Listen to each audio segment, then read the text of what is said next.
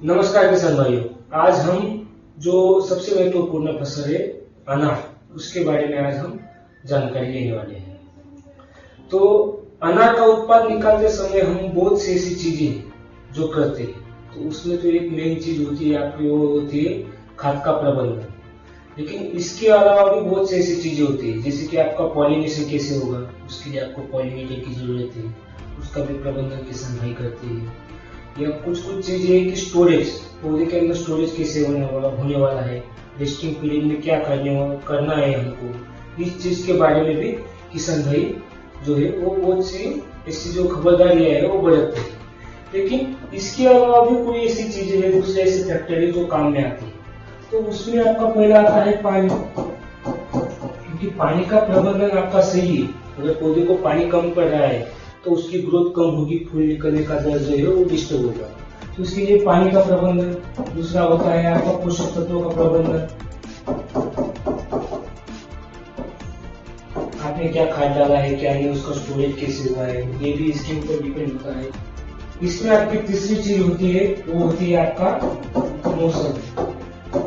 तो आपका मौसम कैसा है, आप वो अनार की फसल किस बार में ले रहे हैं, अगले बार में ले रहे हो, उस बार में ले रहे हो, या आपका मिलिक बार में ले रहे हो। तो इसमें मौसम भी जो है वो बहुत महत्वपूर्ण काम करता है। तो इसमें एक चौथी चीज है, वो है आपका जो भी आपने वैरायटी लगाई उसका जेनेटिक पोटेंशियल क्या है, उसका जेनेटिक मेकअप क्या है।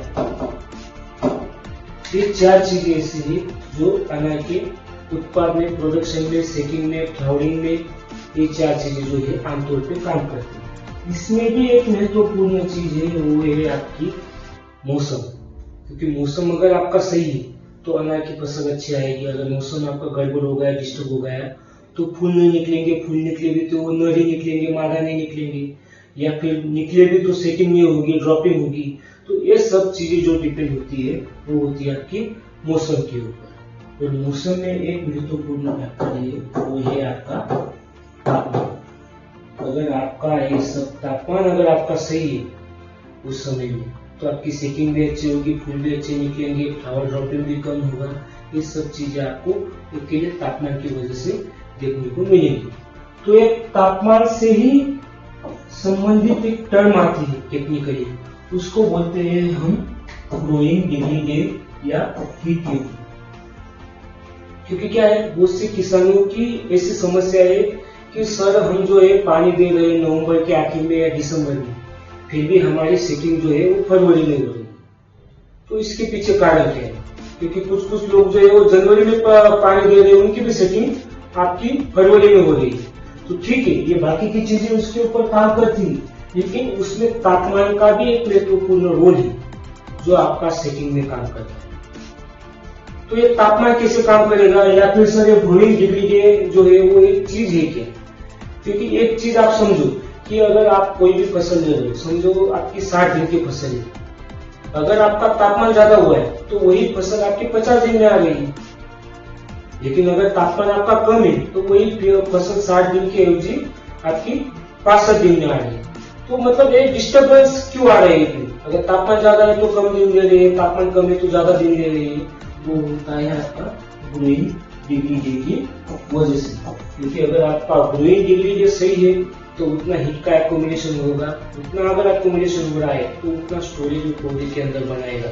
अगर स्टोरेज बन रहा है तो फूल भी अच्छा निकलेगा और सेटिंग भी आपकी अच्छी होगी। तो ये ग्रोइंग डिग्री कैलकुलेट कैसे करते हैं? क्योंकि अनार की फसल जो है वो राजस्थान, गुजरात से लेके, एमपी से लेके महाराष्ट्र या साउथ के ऐसे बहुत से स्टेट के इसमें अनार की फसल होती है। तो ये ग्रोइंग डिग्री क्योंकि हर जगह का मौसम अलग अलग है। महाराष्ट्र में थोड़ा ठंडा है, राजस्थान में जाओ तो वहां गर्मी है, साउथ में जाओ तो वहां आपको भी मौसम में बहुत से बदलाव देखने को मिलेंगे। तो ये ग्रोइंग डिग्री काम कैसे करता है, तो इस चीज के बारे में हम जानकारी लेते हैं। तो फिर ये काम कैसे करता है? अब ये कल का 9 फरवरी का न्यूज़पेपर है, 9 फरवरी 2025 का एग्रोवन का। इसमें छत्रपति संभाजीनगर में जो है मतलब आना ज्यादा लगता है, इसलिए मैं वहां का तापमान आपको आमतौर पे बता रहा हूँ।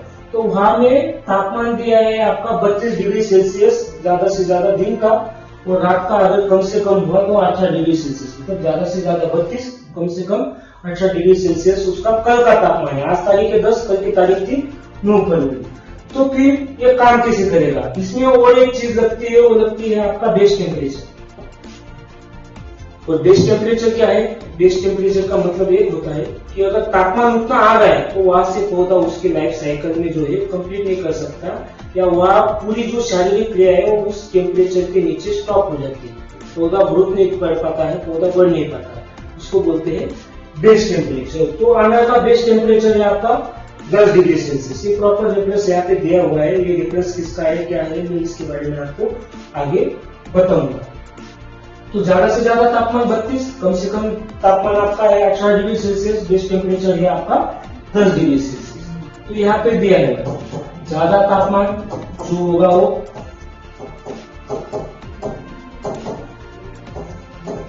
प्लस कम तापमान उस दिन का,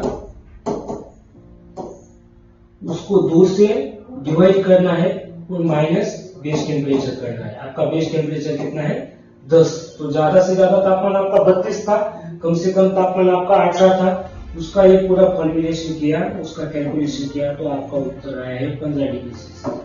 मतलब अगर आपका तापमान इतना कंटिन्यू रहता है तो आपका ग्रोइंग डिग्री डे का एक दिन में एक्यूमुलेशन 15 यूनिट हो।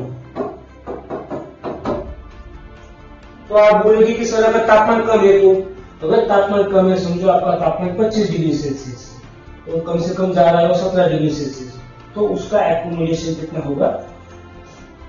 11 यूनिट का, 11 यूनिट का उसका एक्यूमुलेशन होगा। तो पहले ही मैंने बोला अगर वैरायटी आपकी 60 दिन की है, तापमान ज्यादा है तो कम दिन देगी क्योंकि ज्यादा हीट का एक्यूमुलेशन हो रहा है।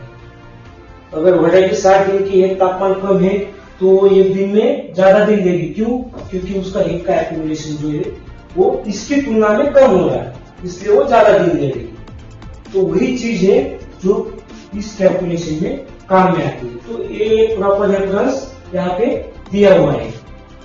तो ये जो है नेशनल रिसर्च सेंटर जो है प्रोमोग्रेनेट का, मतलब अनार का जो है सोलापुर में, तो उन्होंने एक शोध जो है मतलब रिसर्च पेपर उन्होंने पब्लिश किया है। तो उन्होंने काम किया है 10 अनार की वैरायटी के ऊपर। उसमें आती है आमतौर पर आपकी भगवा, ये जो भगवा वैरायटी है ये भी उसमें आती है। तो अगर देखा जाए तो यहाँ उन्होंने बताया है कि ज्यादा से ज्यादा जो है कम डिग्री डे लेती है वो आपकी G137 नाम की जो वैरायटी है, वो ज्यादा डिग्री डे लेती है, वो लेती है आपकी भगवा। मतलब भगवा को पकने में ज्यादा दिन लगती है। तो इसके पीछे का कारण क्या? क्योंकि उन्होंने बताया है कि नॉर्मली अगर आमतौर पे कुछ समझने के लिए लिया जाए तो उन्होंने बताया कि the growing degree day range from मतलब 947 से लेके 1248 तक एट फ्लावरिंग स्टेज। मतलब आपका फूल निकलने वाला है तो वहां जो वैरायटी की रेंज है, मतलब जो 10 वैरायटी दी हुई है उसमें 947 से लेके 1278 तक इतना ग्रोइंग डिग्री डे जो है वो लेती है, मतलब फूल निकलने के लिए। और पूरा मैच्योरिटी के लिए मतलब फल बनने तक वो लेती है 134 कम से कम और 307 ज्यादा से ज्यादा। तो इसका कैलकुलेशन कैसे करेंगे? तो अगर हमने देखा तो कम से कम हम एक एग्जाम्पल के लिए ले रहे 947 ले रहे, और हमने पीछे कैलकुलेशन किया कि एक दिन में 15 ही जो यूनिट है उसका एक्यूमुलेशन हो रहा है। तो अगर 947 को फूल निकालने के लिए उसको लगता है टोटल वाले एवरेज, ये 1 2 दिन 4 5 साल का रिसर्च होगा। अगर 947 लग रहा है एक दिन में, अगर इतना ही टेम्परेचर कंटिन्यू रहा तो 15 यूनिट आपका एक्यूमुलेट होगा। तो वो फूल निकालने के लिए कितना दिन लेगी? लगभग 63 दिन वो फूल निकालने के लिए लेगी। वही फल की मैच्योरिटी के लिए लेगी, अगर एक दिन में 15 यूनिट का एक्यूमुलेशन हो रहा है तो वो 142 दिन। अगर तापमान कम है तो हीट यूनिट का एक्यूमुलेशन कम होगा। तो 947 अगर उसका देखा जाए यूनिट लगने वाले है तो वो ज्यादा दिन देगी। मैंने पहले ही बोला अगर आपका तापमान कम है तो ज्यादा दिन देगी। यहाँ तापमान ज्यादा है, हीट यूनिट ज्यादा एक्यूमुलेट हो रहे तो 30 दिन में फूल निकाल देंगे। यहाँ तापमान कम है, हीट यूनिट कम एक्यूमुलेट हो रहे तो वो ज्यादा दिन दे रही है। वही ये मैच्योरिटी के लिए रहती है आपकी 194 दिन। मतलब अगर आपका तापमान ज्यादा है तो वो कम दिन देगी, अगर आपका तापमान कम है तो वो ज्यादा दिन देगी।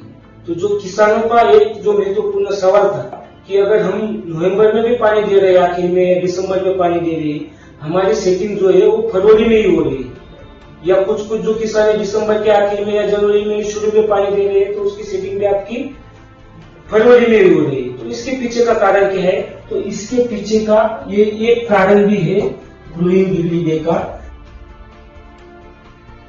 तो अनार में ग्रोइंग डिग्री डे इसी तरीके से काम करता है। अगर आपको पानी जल्दी देना है तो आपको टेम्परेचर का भी जो पैरामीटर है वो भी ध्यान में रखना है। क्योंकि क्या है, अनार राजस्थान से लेके गुजरात से लेके साउथ तक होता है, तो हर जगह की जो मौसम है या तापमान है वो अलग अलग तरीके का है। तो आपको पानी कब देना है, नहीं देना है, तो ये एक रिसर्च पेपर के आधार पे एक बेस कि इसके हिसाब से अगर आप दे रहे हो, आपकी वैरायटी वो है, तो आपको उसके हिसाब से पानी का मैनेजमेंट करना है। इसलिए ऐसा नहीं होता है कि नवंबर में पानी दिया ठीक है, बाकी की चीजें मैटर करती है, आपका पोषक तत्व हो या पानी हो या दूसरी और कोई चीज हो, लेकिन आपको तापमान जो है, तापमान भी कंसीडर करके चलना है। क्योंकि आपने अक्टूबर में पानी दिया तो पूरा ठंड में 2 महीने लेके जाएगा, तो फिर उसका इफेक्ट भी आपका सेकंड के ऊपर होगा। तो ऐसा नहीं कि रेट ज्यादा है तो इसलिए हमको शुरू में लेट लेते हैं तो पानी जल्दी देना। तो अगर ऐसा है तो फिर बाद में ज्यादा दिक्कतें आती है। तो ये दिक्कतों से निजात पाने के लिए आपको तापमान का जो एक पैरामीटर है, ग्रोइंग डिग्री डे का जो पैरामीटर है, वो अगर आप कंसीडर कर रहे हो तो आपको सेटिंग भी अच्छी देखने को मिलेंगी। और बाद में जो दिक्कतें आती है सेटिंग की या फूल गिरने की, वो दिक्कतें भी आपको कम देखने को मिलेगी। धन्यवाद।